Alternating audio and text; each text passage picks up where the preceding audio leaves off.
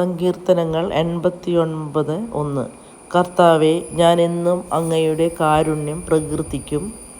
എൻ്റെ അധരങ്ങൾ തലമുറകളോട് അങ്ങയുടെ വിശ്വസ്തത പ്രഘോഷിക്കും. വിശുദ്ധ ലൂക്ക എഴുതിയ സുവിശേഷം അധ്യായം 4. മരുഭൂമിയിലെ പരീക്ഷ. യേശു പരിശുദ്ധാത്മാവ് നിറഞ്ഞവനായി ജോർദാനിൽ നിന്ന് മടങ്ങി. ആത്മാവ് അവനെ മരുഭൂമിയിലേക്കു നയിച്ചു. അവൻ പിശാചിനാൽ പരീക്ഷിക്കപ്പെട്ട് 40 ദിവസം അവിടെ കഴിഞ്ഞുകൂടി.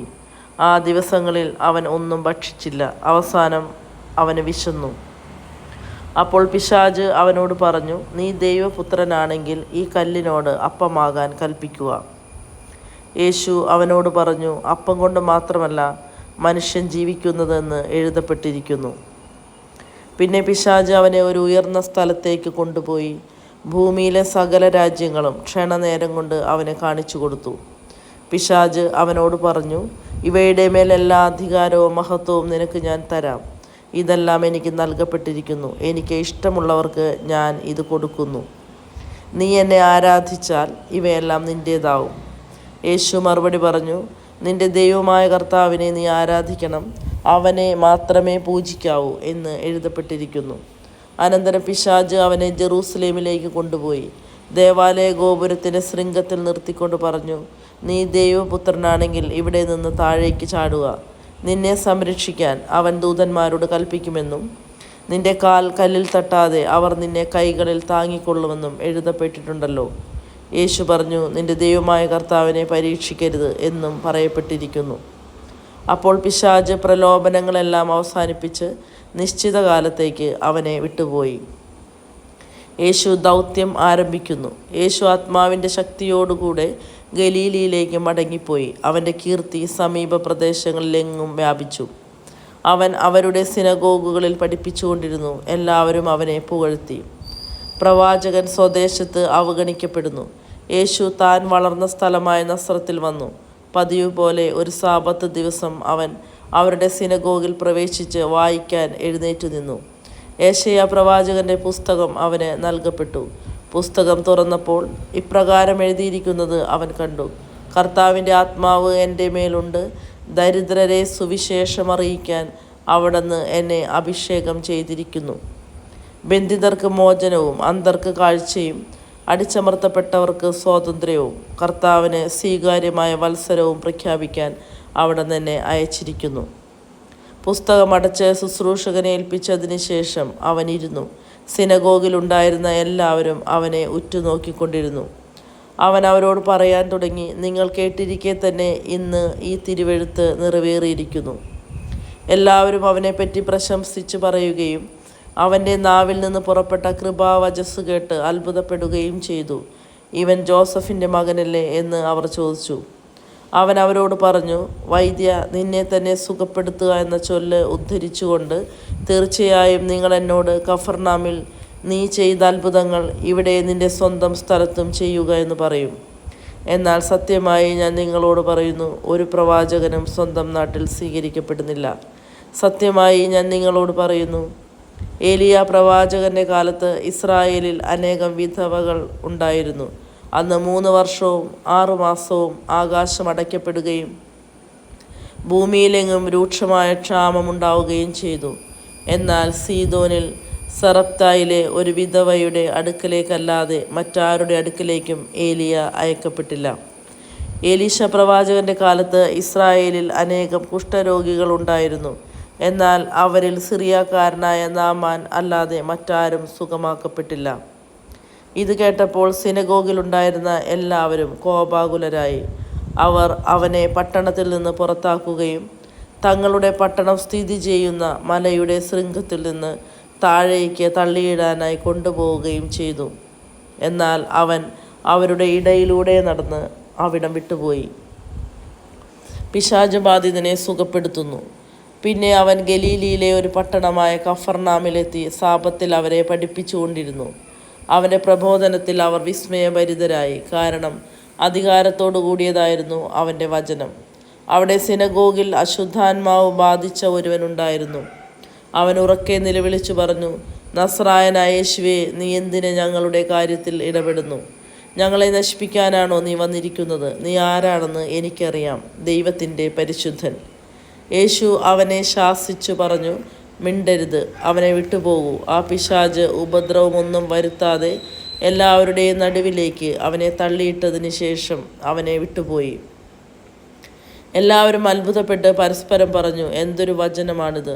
ഇവൻ അധികാരത്തോടും ശക്തിയോടും കൂടെ അശുദ്ധാത്മാക്കളോട് കൽപ്പിക്കുകയും അവ വിട്ടുപോവുകയും ചെയ്യുന്നുവല്ലോ. അവൻ്റെ കീർത്തി സമീപ പ്രദേശങ്ങളിലെങ്ങും വ്യാപിച്ചു. യേശു പത്രോസിൻ്റെ ഭവനത്തിൽ. അവൻ സിനഗോഗിൽ നിന്ന് എഴുന്നേറ്റ് ശിമയോൻ്റെ വീട്ടിലേക്ക് പോയി. ശിമയോൻ്റെ അമ്മായിയമ്മ കലശലായ പനി ബാധിച്ച് കിടപ്പായിരുന്നു.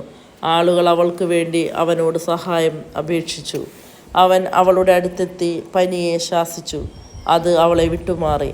ഉടനെ അവൾ എഴുന്നേറ്റ് അവരെ ശുശ്രൂഷിച്ചു. വൈകുന്നേരമായപ്പോൾ വിവിധ രോഗങ്ങളാൽ കഷ്ടപ്പെട്ടിരുന്നവരെയെല്ലാം അവർ അവൻ്റെ അടുത്ത് കൊണ്ടുവന്നു. ഓരോരുത്തരുടെയും മേൽ കൈവച്ച് അവൻ അവരെ സുഖപ്പെടുത്തി. നീ ദൈവപുത്രനാണ് എന്നുറക്കെ വിളിച്ചു പറഞ്ഞുകൊണ്ട് അനേകരിൽ നിന്ന് പിശാചുക്കൾ വിട്ടുപോയി. അവൻ അവയെ ശാസിച്ചു. താൻ ക്രിസ്തുവാണെന്ന് അവയ്ക്ക് അറിയാമായിരുന്നത് കൊണ്ട് അവൻ അവയെ സംസാരിക്കാൻ അനുവദിച്ചില്ല. സിനഗോഗിൽ പ്രസംഗിക്കുന്നു. പ്രഭാതമായപ്പോൾ അവൻ ഒരു വിജന സ്ഥലത്തേക്ക് പോയി. ജനക്കൂട്ടം അവനെ അന്വേഷിച്ചു ചെന്നു. തങ്ങളെ വിട്ടുപോകരുതെന്ന് അവർ അവനെ നിർബന്ധിച്ചു. എന്നാൽ അവൻ പറഞ്ഞു, മറ്റു പട്ടണങ്ങളിലും ഞാൻ ദൈവരാജ്യത്തിൻ്റെ സുവിശേഷം പ്രസംഗിക്കേണ്ടിയിരിക്കുന്നു. അതിനുവേണ്ടിയാണ് ഞാൻ അയക്കപ്പെട്ടിരിക്കുന്നത്. അവൻ യൂദയായിലെ സിനഗോഗുകളിൽ പ്രസംഗിച്ചു കൊണ്ടിരുന്നു. അധ്യായം 5. ആദ്യത്തെ ശിഷ്യന്മാർ. ദൈവവചനം ശ്രവിക്കാൻ ജനങ്ങൾ അവന് ചുറ്റും തിങ്ങിക്കൂടി. അവൻ ഗനേസറത്ത് തടാകത്തിൻ്റെ തീരത്ത് നിൽക്കുകയായിരുന്നു. 2 വള്ളങ്ങൾ കരയോടടുത്ത് കിടക്കുന്നത് അവൻ കണ്ടു. മീൻപിടുത്തക്കാർ അവയിൽ നിന്നിറങ്ങി വല കഴുകുകയായിരുന്നു.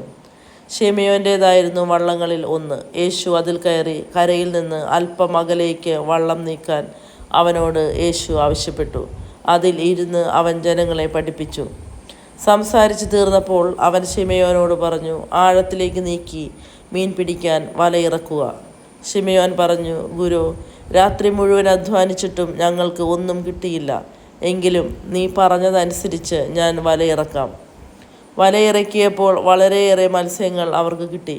അവരുടെ വല കീറിത്തുടങ്ങി. അവർ മറ്റേ വള്ളത്തിലുണ്ടായിരുന്ന കൂട്ടുകാരെ ആംഗ്യം കാണിച്ച് സഹായത്തിന് വിളിച്ചു. അവർ വന്ന് 2 വള്ളങ്ങളും മുങ്ങാറാകുവോളം നിറച്ചു. ശിമയോൻ പത്രോസ് ഇത് കണ്ടപ്പോൾ യേശുവിൻ്റെ കാൽക്കൽ വീണ്, കർത്താവേ, എന്നിൽ നിന്ന് അകന്നു പോകണമേ, ഞാൻ പാപിയാണ് എന്ന് പറഞ്ഞു. എന്തെന്നാൽ തങ്ങൾക്ക് കിട്ടിയ മീനിൻ്റെ പെരുപ്പത്തെപ്പറ്റി ശിമയോനും കൂടെയുണ്ടായിരുന്നവരും അത്ഭുതപ്പെട്ടു. അതുപോലെ തന്നെ അവൻ്റെ പങ്കുകാരായ സെബദീപുത്രന്മാർ യാക്കോബും യോഹന്നാനും വിസ്മയിച്ചു. യേശു ശിമയോനോട് പറഞ്ഞു, ഭയപ്പെടേണ്ട, നീ ഇപ്പോൾ മുതൽ മനുഷ്യരെ പിടിക്കുന്നവനാവും. വള്ളങ്ങൾ കരയ്ക്കടുപ്പിച്ചതിന് ശേഷം എല്ലാം ഉപേക്ഷിച്ച് അവർ അവനെ അനുഗമിച്ചു. കുഷ്ഠരോഗിയെ സുഖപ്പെടുത്തുന്നു. പിന്നീടൊരിക്കൽ യേശു ഒരു പട്ടണത്തിലായിരിക്കുമ്പോൾ ഒരു കുഷ്ഠരോഗി വന്ന് അവനെ കണ്ട് സാഷ്ടാംഗം വീണ് പ്രാർത്ഥിച്ചു, കർത്താവേ, അങ്ങേക്ക് മനസ്സുണ്ടെങ്കിൽ എന്നെ ശുദ്ധനാക്കാൻ കഴിയും. യേശു കൈ നീട്ടി അവനെ തൊട്ടുകൊണ്ട് പറഞ്ഞു, എനിക്ക് മനസ്സുണ്ട്, നിനക്ക് ശുദ്ധിയുണ്ടാകട്ടെ. തൽക്ഷണം കുഷ്ഠം അവനെ വിട്ടുമാറി. യേശു അവനോട് പറഞ്ഞു, ഇക്കാര്യം നീ ആരോടും പറയരുത്. പോയി നിന്നെ തന്നെ പുരോഹിതന് കാണിച്ചു കൊടുക്കുകയും മോശ കൽപ്പിച്ചിട്ടുള്ളതനുസരിച്ച് ജനങ്ങൾക്ക് സാക്ഷ്യത്തിനായി ശുദ്ധീകരണ കാഴ്ചകൾ സമർപ്പിക്കുകയും ചെയ്യുക. എന്നാൽ യേശുവിൻ്റെ കീർത്തി പൂർവാധികം വ്യാപിച്ചതേയുള്ളൂ. അവൻ്റെ വാക്ക് കേൾക്കുന്നതിനും രോഗശാന്തി നേടുന്നതിനും വേണ്ടി വളരെ ആളുകൾ തിങ്ങിക്കൂടി. അവനാകട്ടെ വിജന പ്രദേശങ്ങളിലേക്ക് പിൻവാങ്ങി അവിടെ പ്രാർത്ഥിച്ചുകൊണ്ടിരുന്നു. തളർവാദ രോഗിയെ സുഖപ്പെടുത്തുന്നു. ഒരു ദിവസം യേശു പഠിപ്പിച്ചുകൊണ്ടിരിക്കുമ്പോൾ ഗലീലയിലെ എല്ലാ ഗ്രാമങ്ങളിൽ നിന്നും യൂദയായിൽ നിന്നും ജെറൂസലേമിൽ നിന്നും ഫരിസേയരും നിയമാധ്യാപകരും അവിടെ വന്നുകൂടി. രോഗികളെ സുഖപ്പെടുത്താൻ കർത്താവിൻ്റെ ശക്തി അവനിൽ ഉണ്ടായിരുന്നു. അപ്പോൾ ചിലർ ഒരു തളർവാദ രോഗിയെ കിടക്കയിൽ എടുത്തുകൊണ്ട് വന്നു.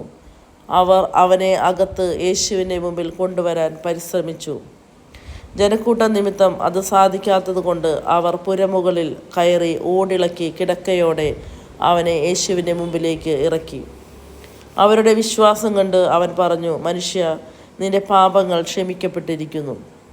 നിയമജ്ഞരും ഫരിസേയരും ചിന്തിച്ചു തുടങ്ങി, ദൈവദൂഷണം പറയുന്ന ഇവൻ ആര്? ദൈവത്തിനല്ലാതെ മറ്റാർക്കാണ് പാപങ്ങൾ ക്ഷമിക്കാൻ സാധിക്കുക? അവരുടെ വിചാരം മനസ്സിലാക്കി യേശു അവരോട് പറഞ്ഞു, എന്തുകൊണ്ടാണ് നിങ്ങൾ ഇങ്ങനെ ഹൃദയത്തിൽ ചോദിക്കുന്നത്? ഏതാണ് എളുപ്പം, നിന്റെ പാപങ്ങൾ ക്ഷമിക്കപ്പെട്ടിരിക്കുന്നു എന്ന് പറയുന്നതോ എഴുന്നേറ്റ് നടക്കുക എന്ന് പറയുന്നതോ? ഭൂമിയിൽ പാപങ്ങൾ ക്ഷമിക്കാൻ മനുഷ്യപുത്രന് അധികാരമുണ്ട് എന്ന് നിങ്ങൾ അറിയേണ്ടതിന് യേശു തളർവാദ രോഗിയോട് പറഞ്ഞു, ഞാൻ നിന്നോട് പറയുന്നു, എഴുന്നേറ്റ് കിടക്കയും എടുത്ത് വീട്ടിലേക്ക് പോവുക. ഉടനെ എല്ലാവരും കാണുകെ അവൻ എഴുന്നേറ്റ് കിടക്കയും എടുത്ത് ദൈവത്തെ സ്തുതിച്ചുകൊണ്ട് വീട്ടിലേക്ക് പോയി. എല്ലാവരും വിസ്മയഭരിതരായി ദൈവത്തെ മഹത്വപ്പെടുത്തി. അവർ സംഭ്രമത്തോടെ പറഞ്ഞു, അസാധാരണ സംഭവങ്ങൾ ഇന്ന് നാം കണ്ടിരിക്കുന്നു. ലേവിയെ വിളിക്കുന്നു. അതിനുശേഷം അവൻ പോകും വഴി ലേവി എന്നൊരു ചുങ്കക്കാരൻ ചുങ്കസ്ഥലത്തിരിക്കുന്നത് കണ്ടു. എന്നെ അനുഗമിക്കുക എന്ന് യേശു അവനോട് പറഞ്ഞു. അവനെല്ലാം ഉപേക്ഷിച്ച് എഴുന്നേറ്റ് അവനെ അനുഗമിച്ചു. ലേവി തൻ്റെ വീട്ടിൽ അവന് വേണ്ടി ഒരു വലിയ വിരുന്ന് നടത്തി. ചുങ്കക്കാരുടെയും മറ്റുള്ളവരുടെയും ഒരു വലിയ ഗണം അവരോടൊപ്പം ഭക്ഷണത്തിനിരുന്നു. ഫരിസേയരും നിയമജ്ഞരും പിറുപിറുപ്പോടെ അവൻ്റെ ശിഷ്യരോട് പറഞ്ഞു, നിങ്ങൾ ചുങ്കക്കാരോടും പാപികളോടുമൊത്ത് തിന്നുകയും കുടിക്കുകയും ചെയ്യുന്നതെന്ത്? യേശു അവരോട് പറഞ്ഞു, ആരോഗ്യമുള്ളവർക്കല്ല, രോഗികൾക്കാണ് വൈദ്യനെ ആവശ്യം.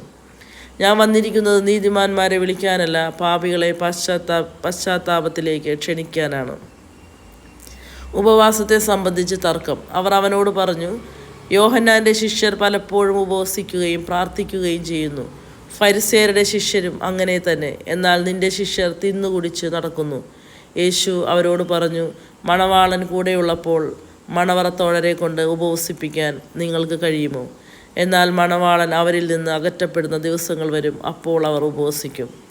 അവൻ അവരോട് ഒരു ഉപമയും പറഞ്ഞു. ആരും പുതിയ വസ്ത്രത്തിൽ നിന്ന് കഷ്ണം കീറിയെടുത്ത് പഴയ വസ്ത്രത്തോട് ചേർക്കാറില്ല. അങ്ങനെ ചെയ്താൽ പുതിയ വസ്ത്രം കീറുന്നു എന്ന് മാത്രമല്ല, പുതിയ കഷ്ണം പഴയതിനോട് ചേരാതെ വരികയും ചെയ്യും. ആരും പുതിയ വീഞ്ഞ് പഴയ തോൽക്കുടങ്ങളിൽ ഒഴിച്ചു വയ്ക്കാറില്ല. അങ്ങനെ ചെയ്താൽ പുതിയ വീഞ്ഞ് പഴയ തോൽക്കുടങ്ങൾ ഭേദിച്ച് ഒഴുകിപ്പോവുകയും തോൽക്കുടങ്ങൾ നശിക്കുകയും ചെയ്യും. പുതിയ വീഞ്ഞ് പുതിയ തോൽക്കുടങ്ങളിലാണ് ഒഴിച്ചു വയ്ക്കേണ്ടത്. പഴയ വീഞ്ഞ് കുടിച്ച ഒരുവനും പുതിയത് ഇഷ്ടപ്പെടുകയില്ല. പഴയതാണ് മെച്ചം എന്നല്ലേ പറയുന്നത്. അധ്യായം 6. സാബത്ത് ആചരണത്തെക്കുറിച്ച് തർക്കം. ഒരു സാബത്ത് ദിവസം യേശു ഗോതമ്പ് വയലിലൂടെ കടന്നു പോകുമ്പോൾ അവൻ്റെ ശിഷ്യന്മാർ കതിരുകൾ പറിച്ച് കൈകൊണ്ട് തിരുമ്മി തിന്നു. ഫരിസേയരിൽ ചിലർ ചോദിച്ചു, സാബത്തിൽ നിഷിദ്ധമായത് നിങ്ങൾ ചെയ്യുന്നതെന്ത്? അവൻ മറുപടി പറഞ്ഞു, വിശന്നപ്പോൾ ദാവീദും അനുചരന്മാരും എന്താണ് ചെയ്തതെന്ന് നിങ്ങൾ വായിച്ചിട്ടില്ലേ? അവൻ ദേവാലയത്തിൽ പ്രവേശിച്ച് പുരോഹിതന്മാർക്കല്ലാതെ മറ്റാർക്കും ഭക്ഷിക്കാൻ അനുവാദമില്ലാത്ത കാഴ്ചയപ്പം എടുത്ത് ഭക്ഷിക്കുകയും കൂടെയുണ്ടായിരുന്നവർക്ക് കൊടുക്കുകയും ചെയ്തില്ലേ? അവൻ അവരോട് പറഞ്ഞു, മനുഷ്യപുത്രൻ സാബത്തിൻ്റെയും കർത്താവാണ്. സാബത്തിൽ രോഗശാന്തി. മറ്റൊരു സാബത്തിൽ അവൻ ഒരു സിനഗോഗിൽ പ്രവേശിച്ച് പഠിപ്പിക്കുകയായിരുന്നു. അവിടെ വലത്തുകൈ ശോഷിച്ച ഒരുവൻ ഉണ്ടായിരുന്നു. നിയമജ്ഞരും ഫരിസേയരും യേശുവിൽ കുറ്റമാരോപിക്കാൻ പഴുതു നോക്കി. സാബത്തിൽ അവൻ രോഗശാന്തി നൽകുമോ എന്ന് ശ്രദ്ധിച്ചുകൊണ്ടിരുന്നു. അവൻ അവരുടെ വിചാരങ്ങൾ മനസ്സിലാക്കിയിട്ട് കൈ ശോഷിച്ചവനോട് പറഞ്ഞു, എഴുന്നേറ്റ് നടുവിൽ വന്ന് നിൽക്കുക. അവൻ എഴുന്നേറ്റ് നിന്നു. യേശു അവരോട് പറഞ്ഞു, ഞാൻ നിങ്ങളോട് ചോദിക്കുന്നു, സാബത്തിൽ നന്മ ചെയ്യുന്നതോ തിന്മ ചെയ്യുന്നതോ ജീവനെ രക്ഷിക്കുന്നതോ നശിപ്പിക്കുന്നതോ ഏതാണ് അനുവദനീയം? അവിടെ കൂടിയിരുന്ന എല്ലാവരുടെയും നേരെ നോക്കിക്കൊണ്ട് അവൻ ആ മനുഷ്യനോട് പറഞ്ഞു, കൈ നീട്ടുക. അവൻ കൈ നീട്ടി, അത് സുഖപ്പെട്ടു. അവർ രോഷാകുലരായി യേശുവിനോട് എന്താണ് ചെയ്യേണ്ടതെന്ന് പരസ്പരം ആലോചിച്ചു. അപ്പസ്തോലന്മാരെ തെരഞ്ഞെടുക്കുന്നു. ആ ദിവസങ്ങളിൽ അവൻ പ്രാർത്ഥിക്കാനായി ഒരു മലയിലേക്ക് പോയി. അവിടെ ദൈവത്തോട് പ്രാർത്ഥിച്ചുകൊണ്ട് രാത്രി മുഴുവൻ ചെലവഴിച്ചു. പ്രഭാതമായപ്പോൾ അവൻ ശിഷ്യന്മാരെ അടുത്ത് വിളിച്ച് അവരിൽ നിന്ന് 12 പേരെ തെരഞ്ഞെടുത്ത് അവർക്ക് അപ്പോസ്തലന്മാർ എന്ന് പേര് നൽകി. അവർ പത്രോസ് എന്ന് അവൻ പേര് നൽകിയ ശിമയോൻ, അവൻ്റെ സഹോദരനായ അന്ത്രയോസ്, യാക്കോബ്, യോഹന്നാൻ, പീലിപ്പോസ്, ബർത്തലോമിയോ, മത്തായി, തോമസ്, ഹൽപ്പയുടെ പുത്രനായ യാക്കോബ്, തീവ്രവാദിയായി അറിയപ്പെട്ടിരുന്ന ശിമയോൻ, യാക്കോബിൻ്റെ മകനായ യൂദാസ്, ഒറ്റുകാരനായി തീർന്ന യൂദാസ് കറിയോത്ത എന്നിവരാണ്. രോഗികളെ സുഖപ്പെടുത്തുന്നു. അവൻ അവരോടുകൂടെ ഇറങ്ങി സമതലത്തിൽ വന്നു നിന്നു. ശിഷ്യന്മാരുടെ ഒരു വലിയ ഗണവും അവൻ്റെ വചനം ശ്രവിക്കുന്നതിനും രോഗശാന്തി നേടുന്നതിനുമായി യൂദയ, ജെറൂസലം എന്നിവിടങ്ങളിൽ നിന്നും ടൈർ, സീദോൻ എന്നീ തീരപ്രദേശങ്ങളിൽ നിന്ന് വന്ന വലിയ ജനസമൂഹവും അവിടെ ഒരുമിച്ചുകൂടി. അശുദ്ധാത്മാക്കളാൽ പീഡിതരായവർ സുഖമാക്കപ്പെട്ടു. ജനങ്ങളെല്ലാം അവനെ ഒന്ന് സ്പർശിക്കാൻ അവസരം പാർത്തിരുന്നു. എന്തെന്നാൽ അവനിൽ നിന്ന് ശക്തി പുറപ്പെട്ട് എല്ലാവരെയും സുഖപ്പെടുത്തിയിരുന്നു. സുവിശേഷ ഭാഗ്യങ്ങൾ. അവൻ ശിഷ്യരുടെ നേരെ കണ്ണുകൾ ഉയർത്തി അരുൾ ചെയ്തു, ദരിദ്രരെ നിങ്ങൾ ഭാഗ്യവാന്മാർ, ദൈവരാജ്യം നിങ്ങളുടേതാണ്. ഇപ്പോൾ വിശപ്പ് സഹിക്കുന്നവരെ നിങ്ങൾ ഭാഗ്യവാന്മാർ, നിങ്ങൾ തൃപ്തരാക്കപ്പെടും. ഇപ്പോൾ കരയുന്നവരെ നിങ്ങൾ ഭാഗ്യവാന്മാർ, നിങ്ങൾ ചിരിക്കും. മനുഷ്യപുത്രൻ നിമിത്തം മനുഷ്യർ നിങ്ങളെ ദ്വേഷിക്കുകയും പുറന്തള്ളുകയും അവഹേളിക്കുകയും നിങ്ങളുടെ പേര് ദുഷിച്ചതായി കരുതി തിരസ്കരിക്കുകയും ചെയ്യുമ്പോൾ നിങ്ങൾ ഭാഗ്യവാന്മാർ. അപ്പോൾ നിങ്ങൾ ആഹ്ലാദിക്കുവിൻ, സന്തോഷിച്ച് കുതിച്ചു ചാടുവിൻ. സ്വർഗത്തിൽ നിങ്ങളുടെ പ്രതിഫലം വലുതായിരിക്കും. അവരുടെ പിതാക്കന്മാർ പ്രവാചകന്മാരോടും ഇപ്രകാരം തന്നെയാണ് പ്രവർത്തിച്ചത്. എന്നാൽ സമ്പന്നരെ നിങ്ങൾക്ക് ദുരിതം, നിങ്ങളുടെ ആശ്വാസം നിങ്ങൾക്ക് ലഭിച്ചു കഴിഞ്ഞു. ഇപ്പോൾ സംതൃപ്തരായി കഴിയുന്നവരെ നിങ്ങൾക്ക് ദുരിതം, നിങ്ങൾക്ക് വിശക്കും. ഇപ്പോൾ ചിരിക്കുന്നവരെ നിങ്ങൾക്ക് ദുരിതം, നിങ്ങൾ ദുഃഖിച്ചു കരയും. മനുഷ്യരെല്ലാം നിങ്ങളെ പ്രശംസിച്ച് സംസാരിക്കുമ്പോൾ നിങ്ങൾക്ക് ദുരിതം. അവരുടെ പിതാക്കന്മാർ വ്യാജ പ്രവാചകന്മാരോടും അങ്ങനെ തന്നെ ചെയ്തു. തിന്മയെ നന്മ കൊണ്ട് ജയിക്കുക. എൻ്റെ വാക്ക് ശ്രവിക്കുന്ന നിങ്ങളോട് ഞാൻ പറയുന്നു, ശത്രുക്കളെ സ്നേഹിക്കുവിൻ, നിങ്ങളെ ദ്വേഷിക്കുന്നവർക്ക് നന്മ ചെയ്യുവിൻ, ശപിക്കുന്നവരെ അനുഗ്രഹിക്കുവിൻ, അധിക്ഷേപിക്കുന്നവർക്ക് വേണ്ടി പ്രാർത്ഥിക്കുവിൻ. ഒരു ചെകിട്ട തടിക്കുന്നവന് മറ്റേ ചെകിട് കൂടി കാണിച്ചു കൊടുക്കുക. മേലങ്കി എടുക്കുന്നവനെ കുപ്പായം കൂടി എടുക്കുന്നതിൽ നിന്ന് തടയരുത്. നിന്നോട് ചോദിക്കുന്ന ഏതൊരുവനും കൊടുക്കുക. നിന്റെ വസ്തുക്കൾ എടുത്തുകൊണ്ട് പോകുന്നവനോട് തിരികെ ചോദിക്കരുത്. മറ്റുള്ളവർ നിങ്ങളോട് എങ്ങനെ പെരുമാറണമെന്ന് നിങ്ങൾ ആഗ്രഹിക്കുന്നുവോ അങ്ങനെ തന്നെ നിങ്ങൾ അവരോടും പെരുമാറുവിൻ.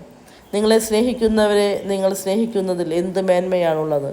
പാപികളും തങ്ങളെ സ്നേഹിക്കുന്നവരെ സ്നേഹിക്കുന്നുണ്ടല്ലോ. നിങ്ങൾക്ക് നന്മ ചെയ്യുന്നവർക്ക് നിങ്ങൾ നന്മ ചെയ്യുന്നതിൽ എന്ത് മേന്മയാണുള്ളത്? പാപികളും അങ്ങനെ ചെയ്യുന്നുണ്ടല്ലോ. തിരിച്ചു കിട്ടുമെന്ന് പ്രതീക്ഷിച്ച് വായ്പ കൊടുക്കുന്നതിൽ എന്ത് മേന്മയാണുള്ളത്? കൊടുത്തിടത്തോളം തിരിച്ചു കിട്ടുമെന്ന പ്രതീക്ഷയിൽ പാപികൾക്ക് വായ്പ കൊടുക്കുന്നില്ലേ? എന്നാൽ നിങ്ങൾ ശത്രുക്കളെ സ്നേഹിക്കുവിൻ. തിരിച്ചു കിട്ടുമെന്ന് പ്രതീക്ഷിക്കാതെ മറ്റുള്ളവർക്ക് നന്മ ചെയ്യുകയും വായ്പ കൊടുക്കുകയും ചെയ്യുവിൻ. അപ്പോൾ നിങ്ങളുടെ പ്രതിഫലം വലുതായിരിക്കും. നിങ്ങൾ അത്യുന്നതൻ്റെ പുത്രന്മാരായിരിക്കുകയും ചെയ്യും. കാരണം അവിടുന്ന് നന്ദിഹീനരോടും ദുഷ്ടരോടും കരുണ കാണിക്കുന്നു. നിങ്ങളുടെ പിതാവ് കരുണയുള്ളവനായിരിക്കുന്നത് പോലെ നിങ്ങളും കരുണയുള്ളവരായിരിക്കുവിൻ. അന്യരെ വിധിക്കരുത്, നിങ്ങൾ വിധിക്കരുത്, നിങ്ങൾ വിധിക്കപ്പെടുകയില്ല. കുറ്റാരോപണം നടത്തരുത്, നിങ്ങളുടെ മേലും കുറ്റം ആരോപിക്കപ്പെടുകയില്ല. ക്ഷമിക്കുവിൻ, നിങ്ങളോടും ക്ഷമിക്കപ്പെടും.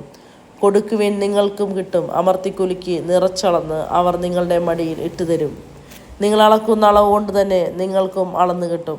അവൻ ഒരു ഉപമയും അവരോട് പറഞ്ഞു, കുരുടനെ നയിക്കുവാൻ സാധിക്കുമോ? ഇരുവരും കുഴിയിൽ വീഴുകയില്ലേ? ശിഷ്യൻ ഗുരുവിനേക്കാൾ വലിയവനല്ല, എന്നാൽ എല്ലാം പഠിച്ചു കഴിയുമ്പോൾ അവൻ ഗുരുവിനെ പോലെയാകും. നിന്റെ സഹോദരൻ്റെ കണ്ണിലെ കരട് നീ കാണുകയും സ്വന്തം കണ്ണിലെ തടിക്കഷ്ണത്തെ ഗവനിക്കാതിരിക്കുകയും ചെയ്യുന്നതെന്ത്? സ്വന്തം കണ്ണിലെ തടിക്കഷ്ണം കാണാതിരിക്കെ സഹോദര, നിന്റെ കണ്ണിലെ കരട് ഞാൻ എടുത്തു കളയട്ടെ എന്ന് പറയാൻ നിനക്ക് എങ്ങനെ കഴിയും? കപടനാട്യക്കാര, ആദ്യമേ നിന്റെ കണ്ണിലെ തടിക്കഷ്ണം എടുത്തു മാറ്റുക.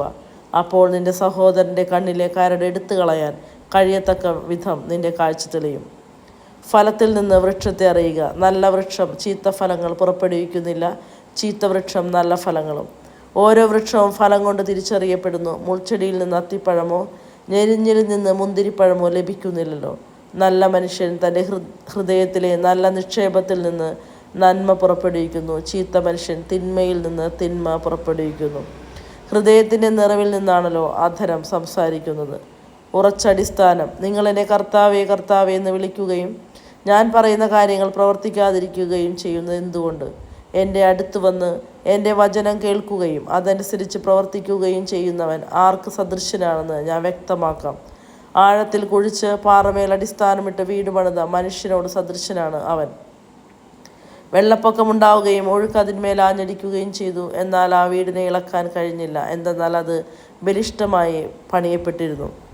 വചനം കേൾക്കുകയും എന്നാൽ അതനുസരിച്ച് പ്രവർത്തിക്കാതിരിക്കുകയും ചെയ്യുന്ന മനുഷ്യൻ ഉറപ്പില്ലാത്ത തറമേൽ വീട് പണിതവന് തുല്യൻ. ജലപ്രവാഹം അതിന്മേൽ ആഞ്ഞടിച്ചു, ഉടനെ അത് നിലം പതിച്ചു. ആ വീടിൻ്റെ തകർച്ച വലുതായിരുന്നു.